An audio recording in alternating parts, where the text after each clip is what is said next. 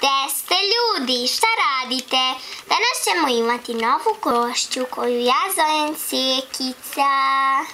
Nisam je nažalost još nacrtala kao animaciju. Ali nadam se ako je budem nacrtala će se svidjeti. Šalim se, jesam. Moja mama je bila unutra pa nisam htjela da vam pokažem. Evo je.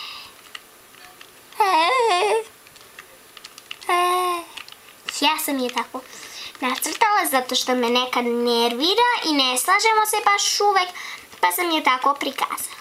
Pa eto, to je bio samo kratak video. Da vam pokažem da ja znam da pravim animacije i svi oni dislajkovi, loši komentari koji mi šaljete, vi ste idijati.